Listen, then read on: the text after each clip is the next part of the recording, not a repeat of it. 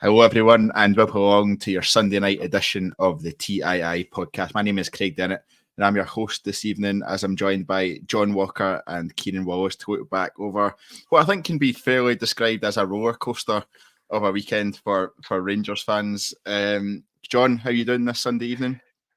Good. No thanks to Rangers and themselves, but probably more so to the main man, Lawrence Shanklin. But yeah, good. Absolutely. And Kyran, how are you? I'm good, mate. This podcast tonight could have been a whole lot different had it not been for that result today. And who would think that we would come on and would be a goal better off the goal difference column? It's just, it's a title race. There's twists and turns, and it's going to be like this. Absolutely, and that'll be where we start tonight's podcast, just talking about some title race, maybe some of our memories as well of title races gone by.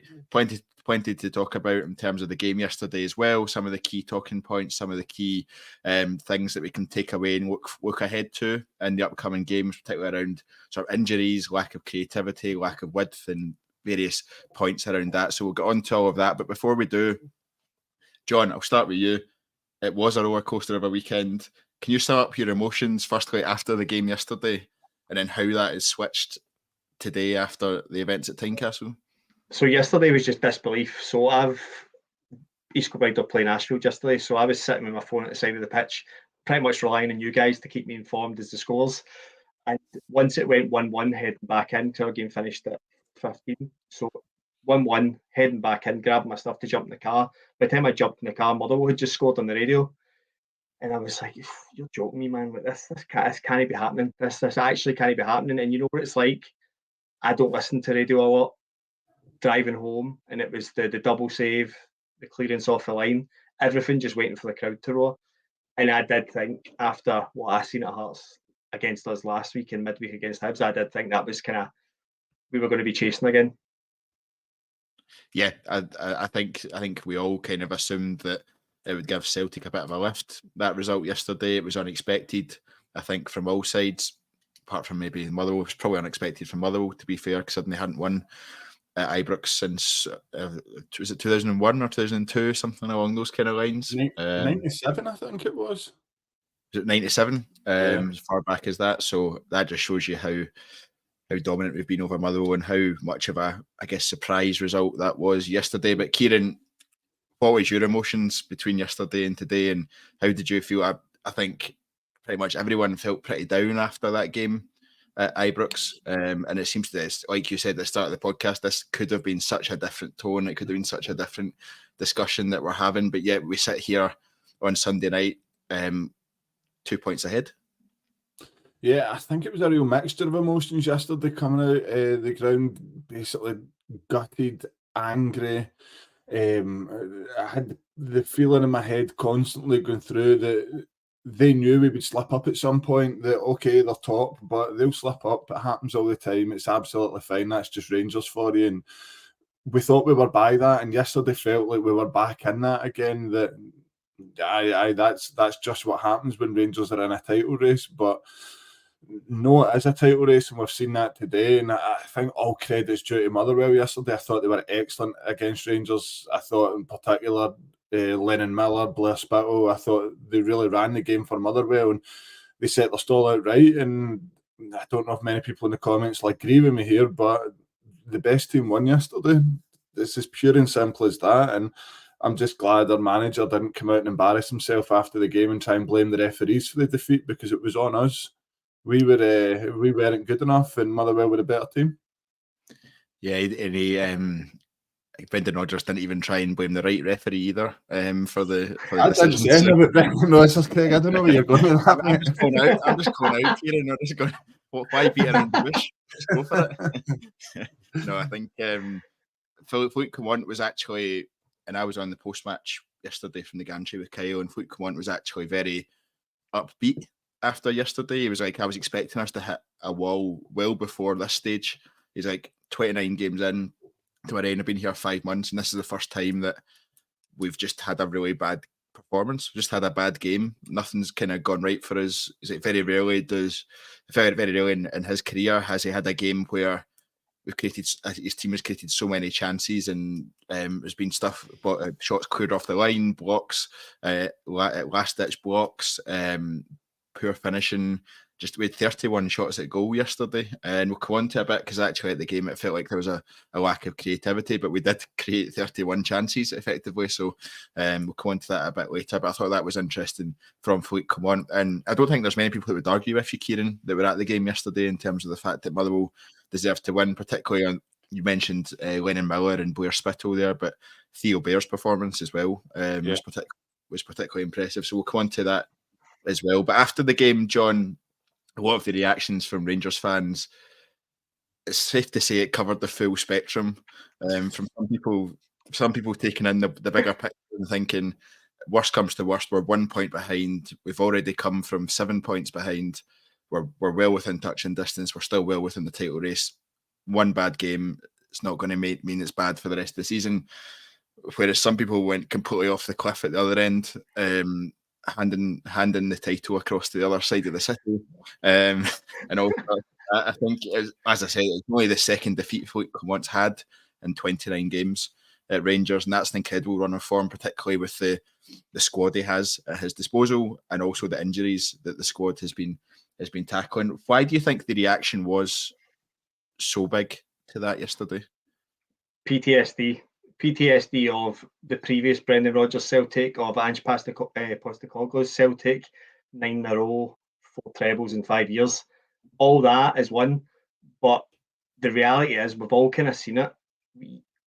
I don't think Celtic are by any means out of a title race. It's very much going to be down to match day 36, 37, 38.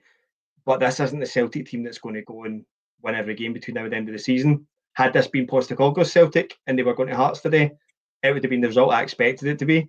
And then I would be going, I don't see where an Ange Postecoglou Celtic side drops enough points and probably comes and beats us when they have to.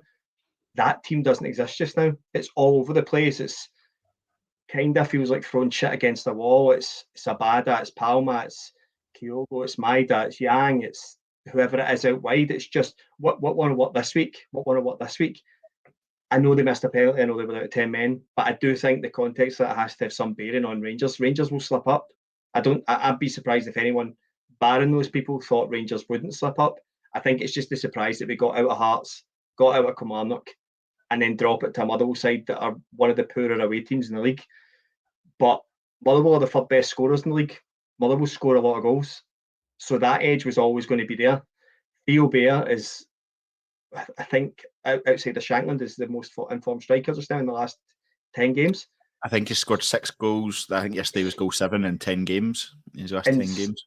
And some of the clips I put together for Motherwell for This Is Ibrox analysis, Theo Bair does that to everyone. He's a big boy. He'll bully centre-halves. He'll get chances.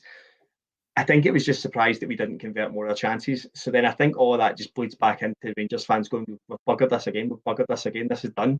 And they just can't seem to settle. I know it's not meant to be, what's the right word, patronising. It's not meant to be patronising, but there'll be like 21, 22-year-old Rangers fans that have never done the title race that we have. That would have been kids when you're trying to watch Helicopter Sunday, listening to the Celtic game on radio whilst watching the Rangers game on Satanta, try to figure out what the hell's going on, or being at the Rangers Dunfermline game and relying on a text message or somebody with a radio to try and figure out how many goals Celtic had.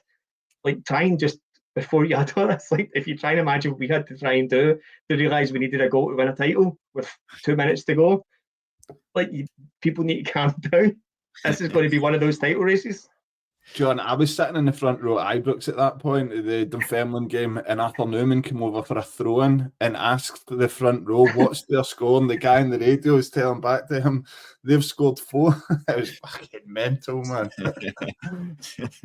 Well, I think we've all kind of, I was at home watching with 2 TVs side by side for that game. I think it was BBC One and BBC Two had both games for the Dunfermline one, and then I was doing the same as you, John, in terms of Satanta on the radio for the Helicopter Sunday stuff. But Kieran, it was one of the points that you kind of messaged me about earlier on in terms of it. There's a lot of people out there who seem to have forgotten what a proper title race is like, and that you don't just win all your games to the end of the season. That's not how this works. Different teams are under different pressures at different times, depending on who plays first, depending on what results have been for the other team. teams slip up against ones that they're not expected to. Like John said, we beat Hearts comprehensively with one of our best performances of the season. We did really well to dig out a difficult win away to Kilmarnock during the week, and then you come to Motherwell and everyone's like guaranteed 3 points, and you lose 2-1. What are your memories of those title races as such that you've seen before, and what are you? A lot of people will just remember that final day, and that'll be all they remember about each of those seasons will be that final day and that feeling. But what are there memories that you draw on, I guess, to I guess, I'm not sure what the word is, but settle any extreme emotions that you get when Rangers drop points like yesterday? Yeah, I think we've been quite fortunate that in our lifetime the last days have swung our way. But it's crazy.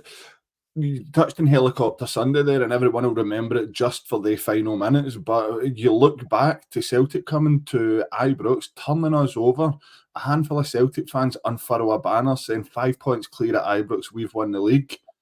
There's 3 games to go after. I think it was 2 games to go after that. Hibs turn them over at Easter Road. And then it comes down to the final game. We're winning at Hibs. It's KJ. If things stay the way they are with goal difference, Hibs are in Europe as well. So the end of that game just turned into a crazy sort of just passing game between the back four of Rangers, knowing that we had won the league if things stayed where they were. Hibs were in Europe. But the mental thing was, I remember reading things on Follow after the game, after we had secured it. A lot of the folk that were in the stand at Easter Road thought that Celtic could drew because the celebrations had went on that much. They didn't realise that Scott McDonald had scored a second goal and they actually get beat. So like that went right down to the wire. But the Dunfermline game where both teams were going for it with goal difference, and I think we won it by 1 in goal difference. Am I right in saying that? But had even he not scored that, we would have won it 1 goal scored better, if you know what I mean. That game was wild. Yeah, and I think back to the Ross County game a couple of weeks ago, and you've got fans screaming, "We need 2 more," and this isn't enough goals.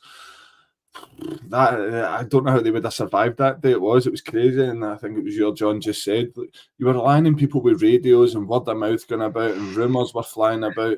They missed a penalty. I think Stephen Thompson scored a header right at the same time as they hit the post. And it was just all-out drama. It's a full-on title race. That's what it's all about. And I think credit where it's due to the split. I think when there's a title race, the split really makes it exciting because both teams are up against the 4 other most quality sides in the league, and it makes it exciting because any team can take points off anybody, really. Yeah, John, you've both spoken about relying on radios and relying on word of mouth to who scored when and how many there is, and there's some wild stuff happens when that's the case. But how much do you think social media has become a factor in the way fans react, and how much do you think things like Twitter and the instantaneous nature of it is factoring into those kind of extreme emotions that people are feeling in these title races? Mate, 100%. Because see, the only way my mates could have got my attention, my Celtic support mates before, was texting me. But there's no way I'm looking at my phone. There's no way I'm answering that phone call, or they're not getting invited out to where we're going to drink after it. It's just not happening. We're not mixing. But people I go on Twitter all the time, so people are just on Twitter. So I've now got access to thousands of Celtic fans that can fan me up at any point they want to, and they will do, and they'll continue to do. And see, when it doesn't go my way, I'll bite back, and it'll just ruin everything that I'm doing. That'll happen. I just had taken off 3 or 4 pals before, and now it's an app that people can just come and wind me up. It's horrendous, and I think it just does add to the anxiety of like not being able to go on and find the Rangers content you want to find because you're going to see Celtic bamming Rangers fans up, Rangers bamming Celtic fans up, and we've all just become a little more unhinged because of it. Yeah, I think that's fair. I know personally that if we drop points, I avoid Twitter for a good 4, 5, 6 hours after the result purposefully, because I know exactly what's going to happen and what I'm going to see. Kieran, are you the same, or do you just straight on there and just take in as much content as you can? I'm quite reserved. I think I get excited in the This Is Ibrox group chat a wee bit and just keep it in there. Like, my friends are split half and half and we have a bit back and forward. Funnily enough, Helicopter Sunday, I was around about the age that I was out all the time and my best mate's a Celtic fan, so that morning we woke up thinking Celtic were going to win the league. So we were going up to my uncle's to watch the game, and he came with me, and we both just said, look, whatever will be, will be.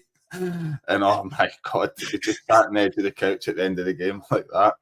He took a glass of champagne. He was man enough to do it. So that's my experience of that.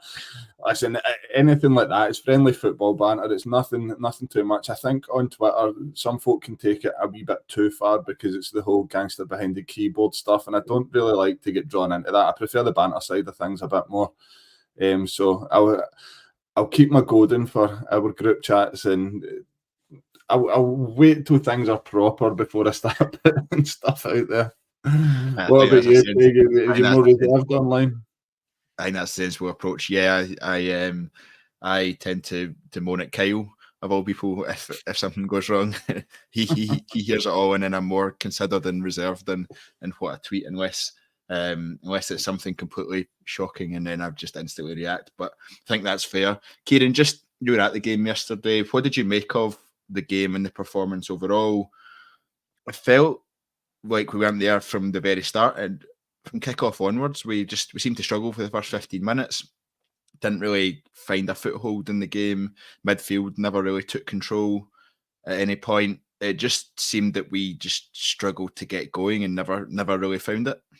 Yeah, I thought the attitude was right. I thought we constantly tried to enforce the tempo and try to penetrate the defence at every opportunity. And they had set up a solid back four with, I think it was 2 sitting in front. And they really did set out their stall well, Motherwell, and we just could not break it down. I think Clement touched on it in his press conference that the players kind of fell into that desperate trap again about trying things that they shouldn't and starting to play laterally, and it wasn't pretty. And like you said, it didn't feel like that from the start, Craig. Like even the fans, I felt the fans were flat, and it was back to the old, like John said, PTSD stuff where they were getting on the players' back. Or as Clement says, to quote a phrase, the synergy wasn't really there yesterday. But the squad to me felt flat without a spark. We had McCausland on the left, which we've not really seen yet. You had Stelling on the right, which he has had good performances there, but I don't see him holding that position down. He looked quite uncomfortable at times yesterday. And then with the injury to McCausland, having to see Silva on the left, and a lot of it just looked disjointed. Diamande at the 10 didn't really work either. Strangely enough, when he brought Lawrence on, he kept Diamande at the 10, which I found quite interesting. Yeah. I did think, though, that gave Diamande a bit more freedom. I think he was looking to be a bit more creative when he had Lawrence behind him. I don't know. There's a lot of comments coming in as well. I'll bring them up just now in terms of Pete Lawrence saying, am I the only one who's concerned about Raskin's long-term future at Rangers? He's not really been shown well in games. Boy knows John, Raskin is such an empty jersey this season. And Pete Lawrence kind of comes in and says, I do think poor selection lost us that game. I think we would have won with Sterling in the middle and Lawrence starting. If we just focus on, I guess, the midfield for now, and I'll come back to the overall selection, but the midfield and Nico Raskin in particular, I felt that was a real weak link for us yesterday. I don't know. I'm going to disagree. I thought Raskin was all right. We've got to remember he's coming back from injury. A non-contact injury, which seems to have affected him pretty badly. But I do agree that he's not been on form even before that. This season, compared to when he came in from January last season, there's just a complete contrast. We're talking about a guy that captained Belgium's under-21s. We want more from him. We really, really do. But it's not a case that we look for a scapegoat or we got on the guy's back. We know there's quality there. We know we've got a manager that can bring out the quality. And I said it in last week's pod, Raskin's going to have a part to play in this run-in. He is a quality football player. I think he's been unlucky yesterday. I thought he was all right. I thought he'd done his job well. But I think that was another one. I think I looked at a certain point and Raskin was the sitter as opposed to Lundstrom. Lundstrom was in the 8. Like, why change that? I don't get that either. On the comments about the squad selection, I think in Clement's defence, he's a wee bit hamstrung with what he can do just now, and he is trying to manage Tom Lawrence, knowing how important he is to us. And look, see if you look at it over the piece, if there's a game you're going to play Lawrence and there's a game you're going to rest him, you play him Kilmarnock, you rest him Motherwell. we didn't see what came yesterday coming whatsoever. So I know everybody's screaming for it should have started Lawrence. Lawrence isn't going to play 90 minutes for it. He's said that countless times. So I feel a wee bit there, but Raskin will be fine. He will. John, what do you obviously look at a lot of Rangers games specifically from a tactical perspective, and what do you make of Raskin so far this season, and I guess the limited time that he's had? The eye test, I guess, suggests that he's not anywhere near the level of performance we saw in the first 3 or 4 months he was at Rangers. What are you seeing, and what's your assessment? I disagree with it. I think your comment you just pulled up, disagree with. I think Clement's first game against Hibs, Raskin was man of the match, best player in the park by an absolute mile. I've just pulled it up in front of me because I remember them being man of the match. So 95% passing, 100% tackling, 4 tackles won, 80% ground duels, 100% aerial duels, 8 recoveries, 7 presses where he turned over possession. He was man of the match that day for a reason under Clement. He then gets injured 3 games later. Like that was the be all and end all. Clement came in instantly. He had a little upturn. Looked like he would have been the one. Got injured, and an injury during the season's a killer. That can completely dismantle getting any rhythm back to your game and performing. I thought he was all right yesterday from what I've seen. I watched the match back on Rangers TV this morning.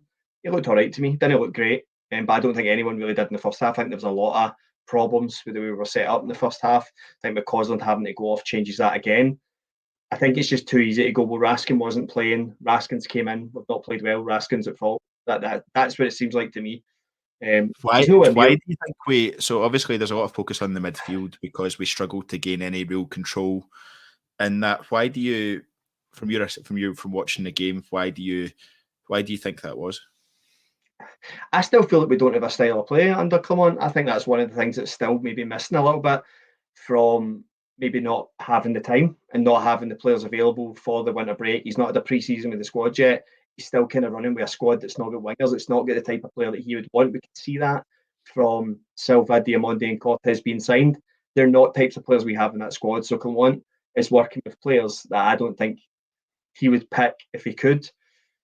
So maybe it's harder for him to implement that style. So sometimes we are going a bit longer and a bit more direct, and then you're bringing a midfielder in that's not been playing. So he's got no rhythm, and maybe it's a bit mix and match as to see how Motherwell go to depend how we play against that and what you have to do from that. But I also think Motherwell are that dangerous way where they can kind of turn over a lot of second balls in midfield. And that could be what's causing the eye test of Raskin not looking good yesterday. And I do think we're all critical of it. Like, I'm probably first to try and calm down a little bit, but I do tend to jump on number 9 not be good enough if he doesn't play well. There'll be people that have that opinion on Raskin. Raskin will be their go-to to go, not good enough when he plays. Yeah, I think it's really interesting. But Kieran, what was evident to me yesterday, I think, was that we looked quite leggy after maybe about 65 minutes or so. Shortly after we scored the penalty, I was quite surprised by it actually. But then considering especially because we just scored, the crowd was up. But I thought we actually looked quite tired. We didn't really create much between that 65th minute all the way through to I think maybe the 88th minute. Then we had 10 shots in about 6 minutes, with 4 of which were cleared off the line or blocked.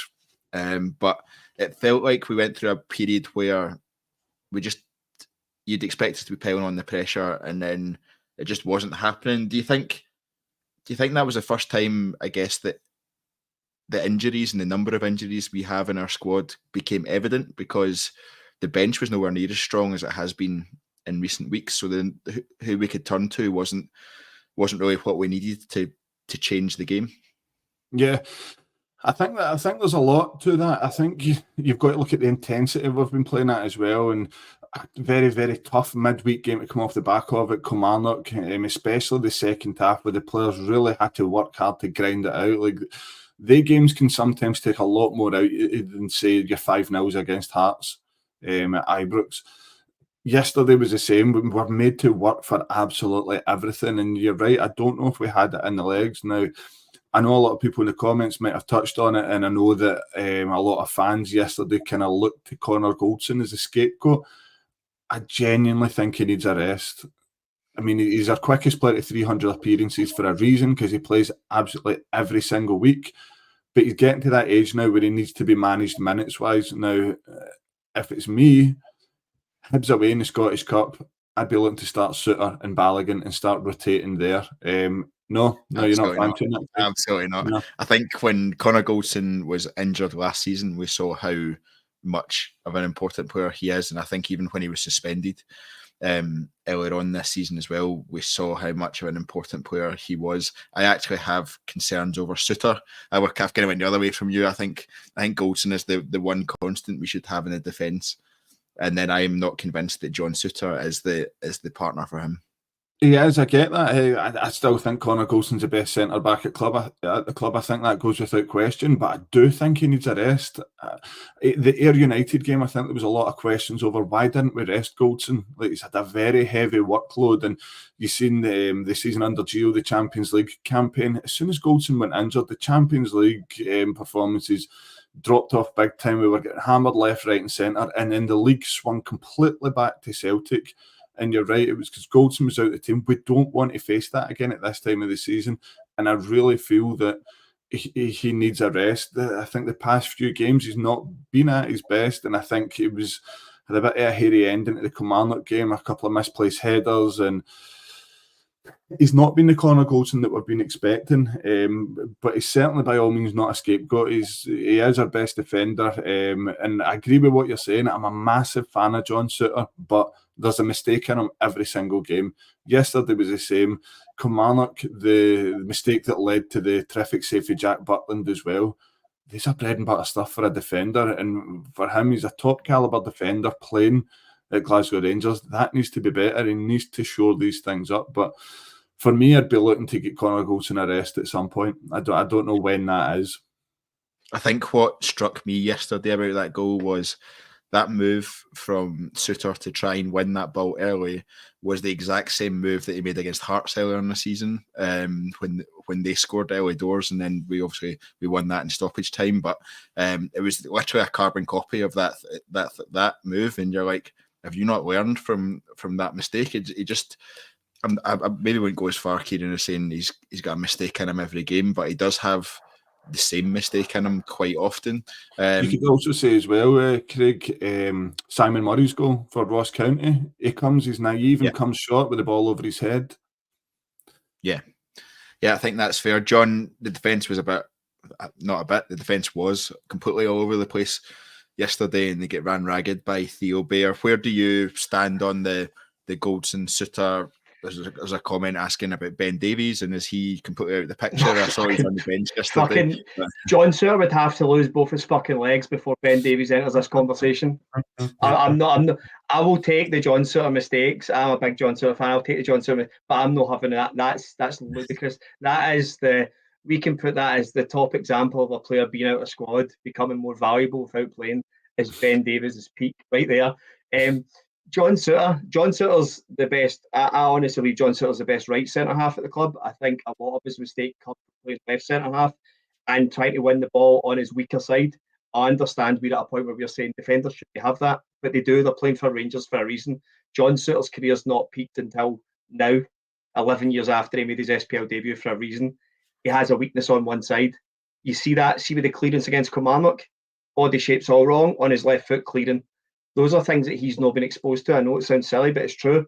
He's always dealing with the right side. So see, try to win that ball in front of the striker yesterday. That's normally his predominant side, going with his predominant foot. He probably feels more comfortable. He's trying to do the same thing on the other side, and he's not learning those lessons because this is the first time he's had to. Because John Suter's always been the best defender at the clubs he's been at, so he's been able to dictate that he's the right centre half, and that's where he plays. Did the same for Scotland. John Suter's now in a position where he's got Connor Goldson ahead of him and potentially Balogun if fully fit. So I think a lot of Suter's mistakes are coming from just not being able to adjust that thinking. And that, see if he just stands that guy up yesterday. He's got to go on the outside out to the channel and his job's done. But he's doing it like he would on the other side. I can win that. Connor Goldson would win that ball on the other side all day of the week. And I just think it's that. And it was the exact same. He looked so uncomfortable with the ball so close to his left foot on the Butland save. And it's the same for a couple of things that I see. It just looks like somebody's trying to do the same thing on both sides that he can't necessarily do. And sometimes maybe a bit less aggressive defending would really help him out, and we cut out those mistakes and just kind of save him a little bit. I'm with you. Do you think that's the long-term solution, though, in terms of playing him on his wrong side? No, I think it depends, though, because like a lot football goes quickly. Connor Goldson could come back for pre-season next year. It'd be miles off it because he's hit 32, 33, and then John Souttar moves over to right centre half, and you have to find a left centre half. I don't think we've found the solution to left centre half still. I think what we've got is 3 good right centre halves and nothing at the other side, and I think that's what would be my priority next season, is to find that missing gap. So going forward, John and Kyran, I'll ask you the same question after I get John's answer. But going forward, Goldson and Souttar is your starting centre back pairing, or does Balogun come into that discussion? John, sorry, that was for you, John. Sorry. Oh, I thought you were Kyran. Sorry. I don't know. See if you'd asked me before the Old Firm game, it would have been Balogun. But Balogun in that game, he looked a little, I don't know, it was the first time I'd ever thought Balogun had looked a bit off it, a little slow, maybe even. And I always thought Balogun used to eat up ground so comfortably. Like, he never looked like somebody that had any problems with pace at all.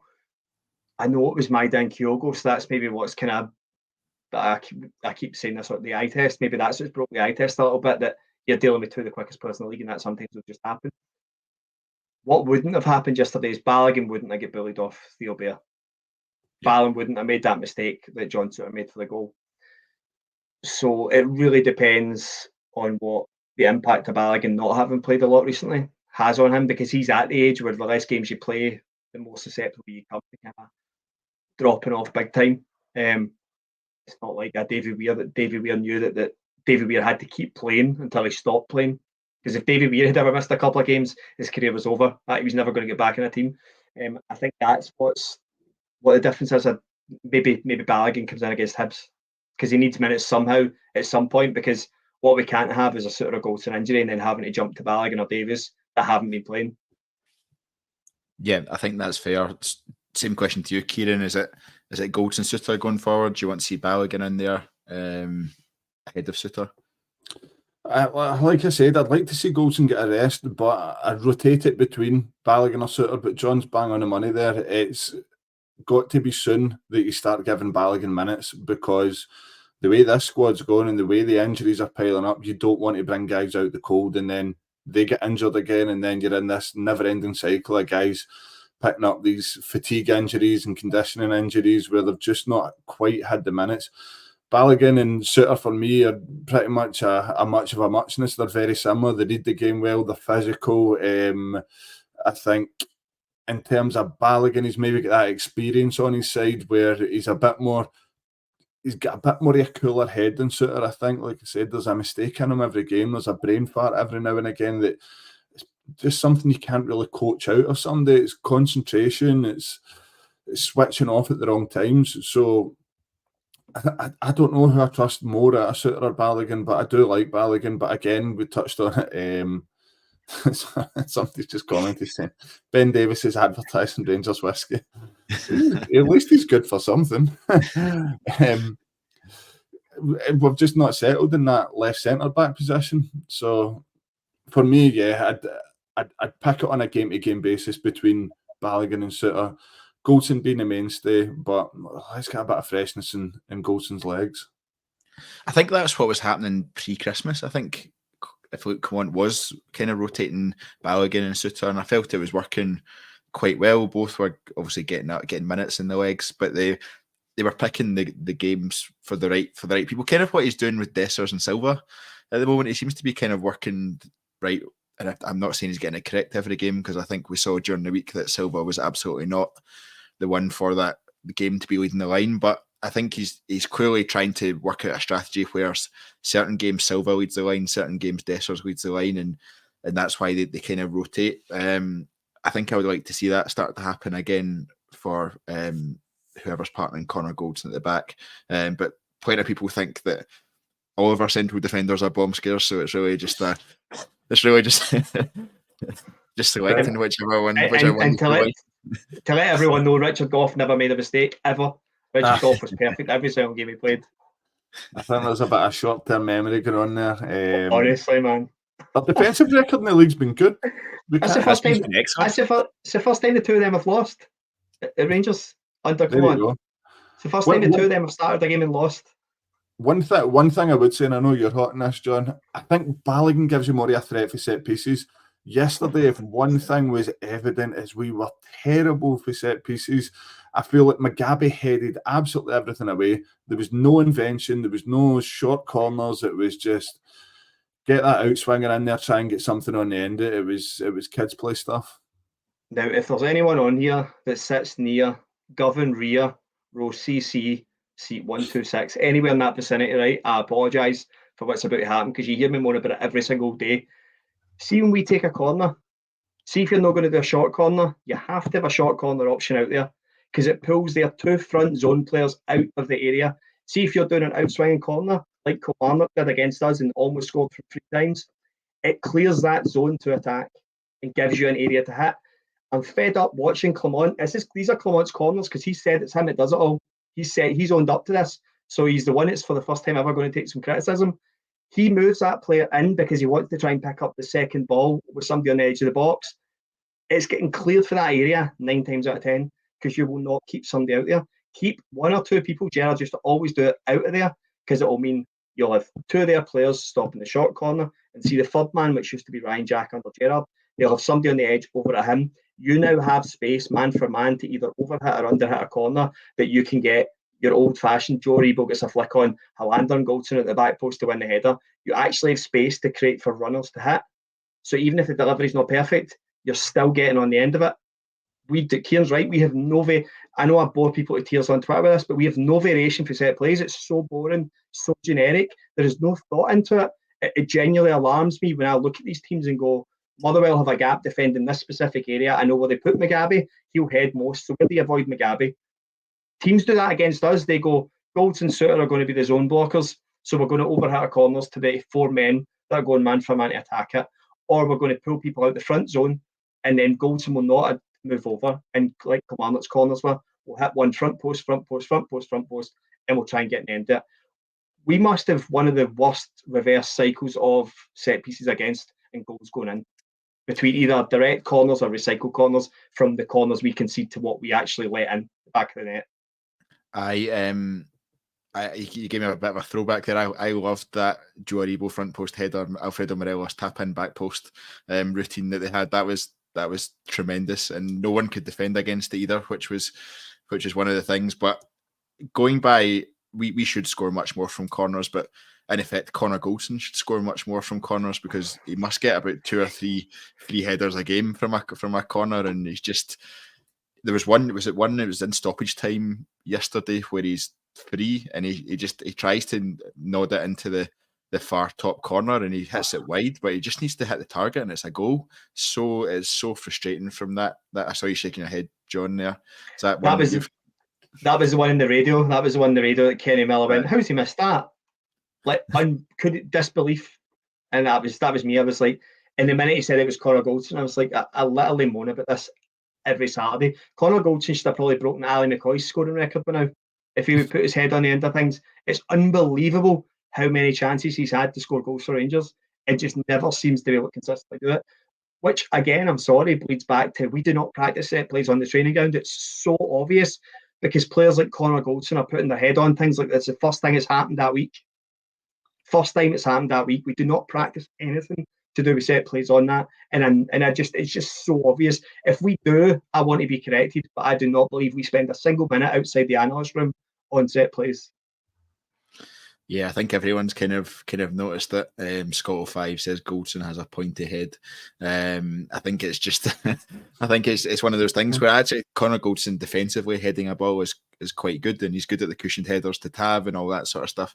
When you put him in the attacking box, he seems to lose all opportunity that he has there. I wanted to come back to a comment. It was from 56 Incoming. We found out yesterday in Philippe Clement's pre-match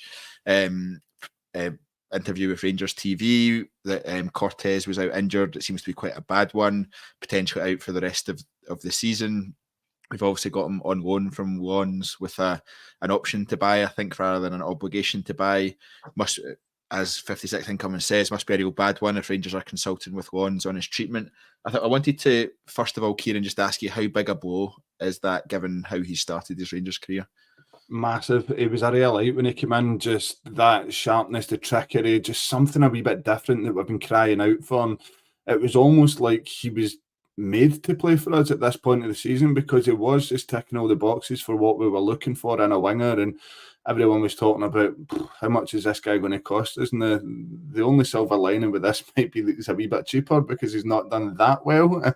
I would 100% still sign him, but in terms of a hamstring injury where it's going to need an operation, you're talking pretty much long term.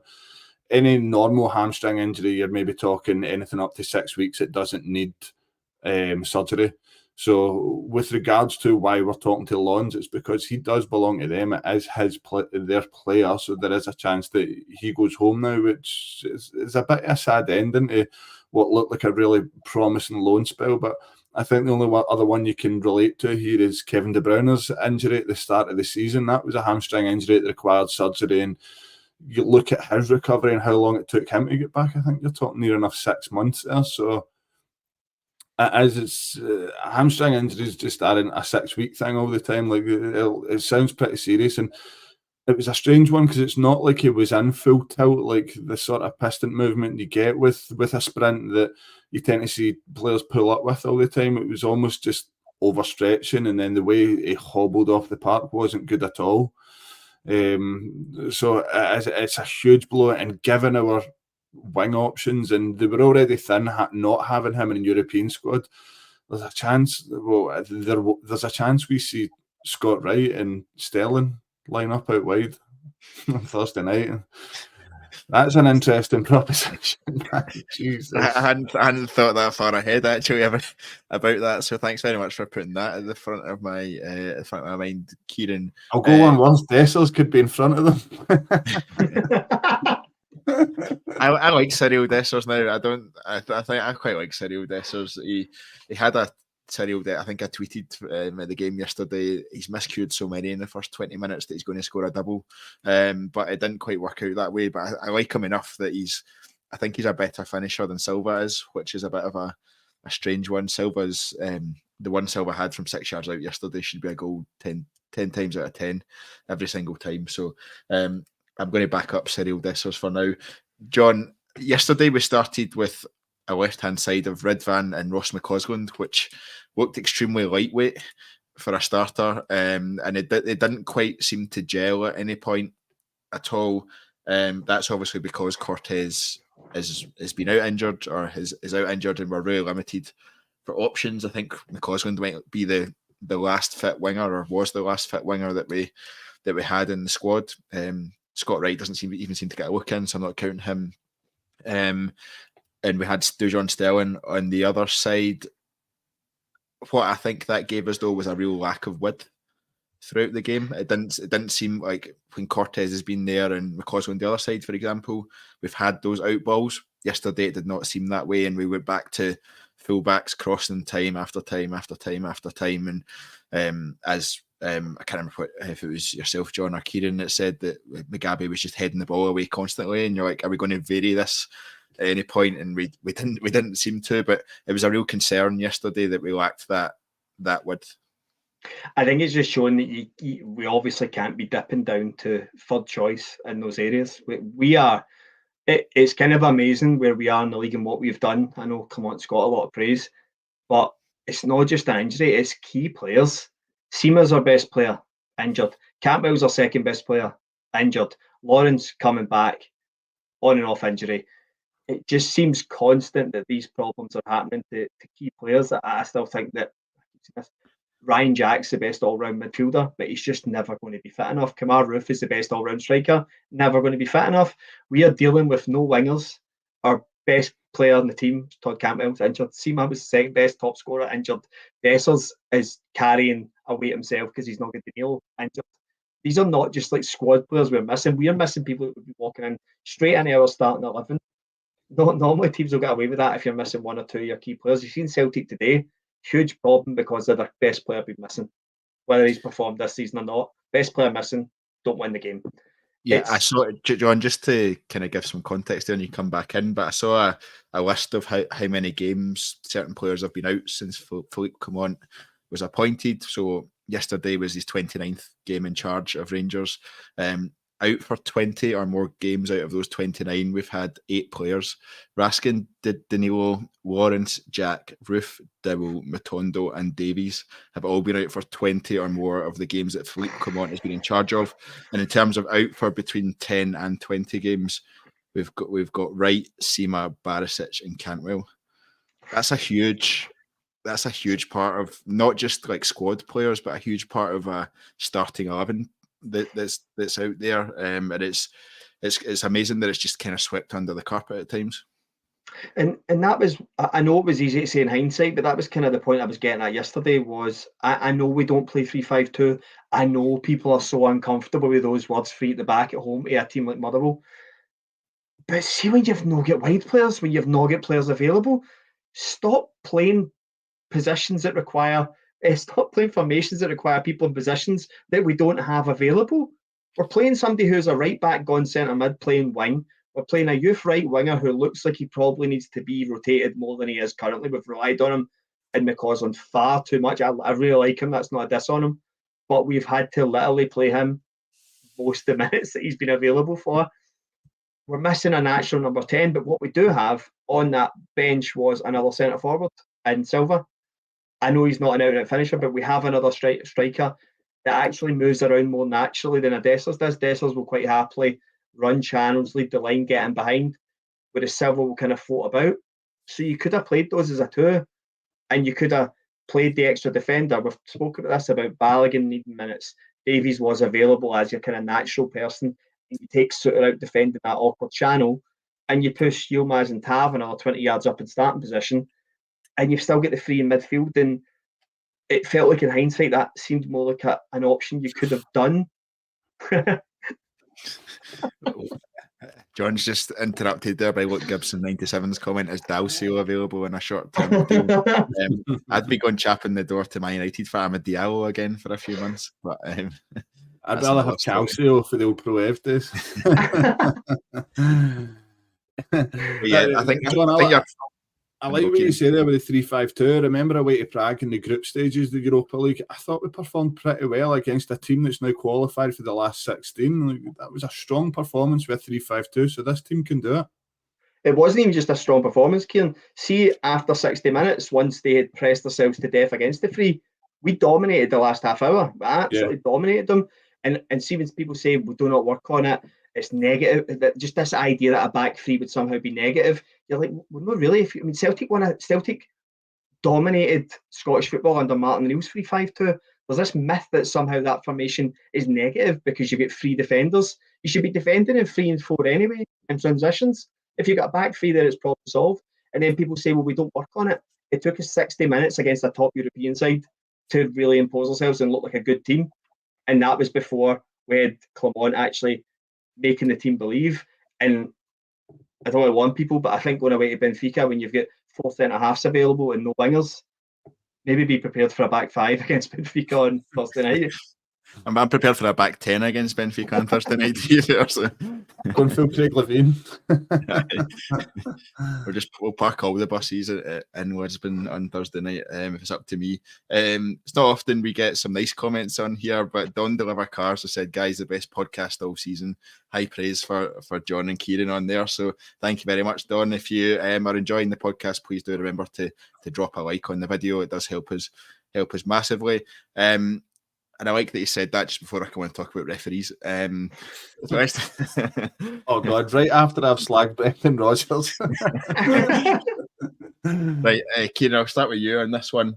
At the game, I was in disbelief. A lot of the decisions that Alan Muir was making or not making, I think it's fair to say. I thought David Dickinson, and during the week against Kilmarnock, was having a poor game. And then I saw Alan Muir yesterday. Within 3 or 4 minutes, the two-handed shove on Cyril Dessers that he just waved play on. The whole crowd was in disbelief at that one, and then it just seemed to get more and more as the game went on. That was an awful refereeing display yesterday from Alan Muir, wasn't it?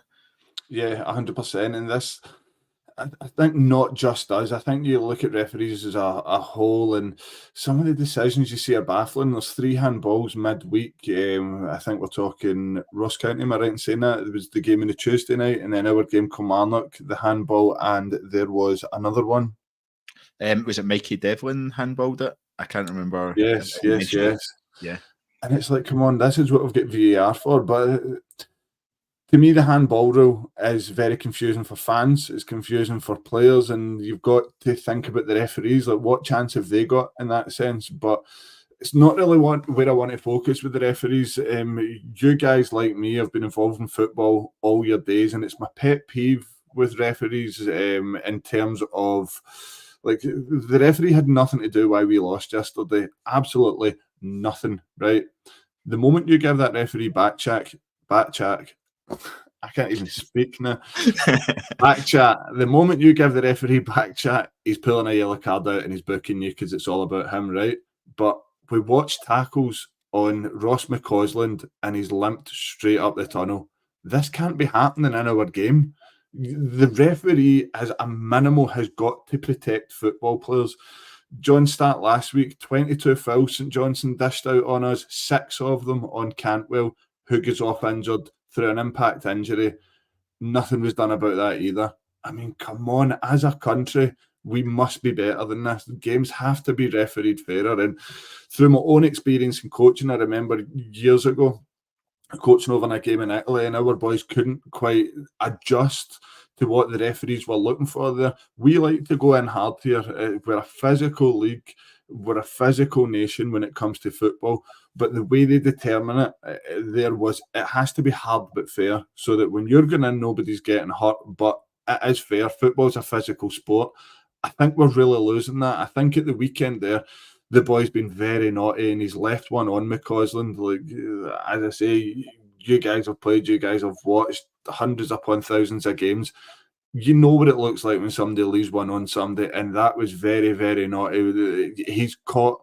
I'm maybe 40 or 50 yards away from the other side of the field, and I can see side on that he's left the toe of the boot on to catch him in the inside of the shin. And McCausland's, it's one of these things, he's slightly pulled out. You don't pull it a 50-50. There's always a chance you're going to get hurt there. But at the same time, we need to move away from that. We need to be better than that. It's just, you're not meant to go out in a football field and get hurt. And that's the reason you bring in things like VAR. And then you look at the context of it. He's not even been drawn to the monitor. I cannot believe that for the life of me. You've got that there. Who cares how long it takes? You're the referee. Your bare minimum job out there is to protect the players. It's their occupation to play football. And when folk cannot play football due to being injured at their work almost, then what is the point in the referee? What surprised me most was, so in the stadium, obviously, I think instantly everyone thought, oh, that's a really bad tackle. The referee waved play on. He didn't even give a free kick. He didn't give anything. He just waved play on. And McCausland is obviously rolling about on the ground. And you're like, instantly, you just know when you're watching football when the tackle is a bad one. It's just an instinct from having played the game or having watched the game so much. So it was the fact that, see, if he'd given a free kick and booked him, which I probably on the replay, I probably think a booking was one of those orange card ones. Is it next season it'll be a blue card? Is that what FIFA UEFA are testing or whatever? But it's one of those in between ones that you're like, it's bad. I'm not quite sure it's a red, but it was a Cifuentes tackle for me. Exactly same situation where Cifuentes has left one on him, whether he's meant it or not. It's a red to me. And I know an independent panel said it wasn't, but that is, to me, it's dangerous. You're endangering your opponent. And in McCausland's case, it was a shame to see him limp up the tunnel. It's just really frustrating. It's barbaric. We're going back to that again. It reminds me of that was at semi-final at Hampden years ago when there was like 2 broken noses and Motherwell just basically beat us up off the park. And it was Fabio Cardozo, wasn't it? It was Fabio Cardozo. It reminds me of that game. Like, we've still not moved on from that. It's shocking, and it really, really frustrates me. We're missing Cantwell for the same reasons as well. Yeah, I think, John, and I may get a bit of stick for this one, we know that it seems that Rangers are refereed differently, especially games at Ibrox, but I think Celtic are too. It's almost like referees use it as a bit of a leveler in terms of they've got such an advantage over other teams in terms of resources, that being physical, allowing some more physicality in those games from the away team seems to just be the norm, especially in games at Ibrox. Is that what you see? Do you see it slightly differently? I don't know. I think it's maybe just because we have so much of the ball, we see it as teams just putting themselves about, that maybe for the most part the tackles really aren't malicious. I think the one in McCausland yesterday is that Kieran's spot on with what I thought. I thought it reminded me of the Fuentes one, and I remember being at the game and saying to my brother right away, he's gone. That's a red. He's going to get sent off for that. He's put his left in. Don't know how much contact was there, but his studs were up. Seems like a red to me. And I was like, when he gets sent off, I was like, yep, that's definitely a red. And then see when they removed it, I was like, that's mental to me that they've decided that isn't what they're looking for. So I guess one of the things I would say with the decision yesterday, although the VAR ref will have checked it. So the one thing I would say is it's consistent with what they've done previously at Ibrox. With that, the issue for me is you can find 10 other decisions that look the exact same where there's been a red card, and you get kind of unsure as to what the right decision actually was. I think Rangers and Celtic fans see this a lot more because we control the game. We have 75% of the ball against teams, so we're going to get more tackles. We are, but there is a way in which teams can tackle you to you not feel like somebody is singling out a Todd Cantwell or somebody is trying to leave the boot in. And that was the kind of thing that used to rub us up the wrong way about Porteous on Barisic. You'd be like, well, that's mental. That's just somebody that's been given enough rope, and it's maybe the refs reeling that in properly to go, if I don't actually watch what the good hard tackles are and let a few that should have been yellow cards go, I'm going to have a red card that I'm going to miss, or somebody's going to get injured here.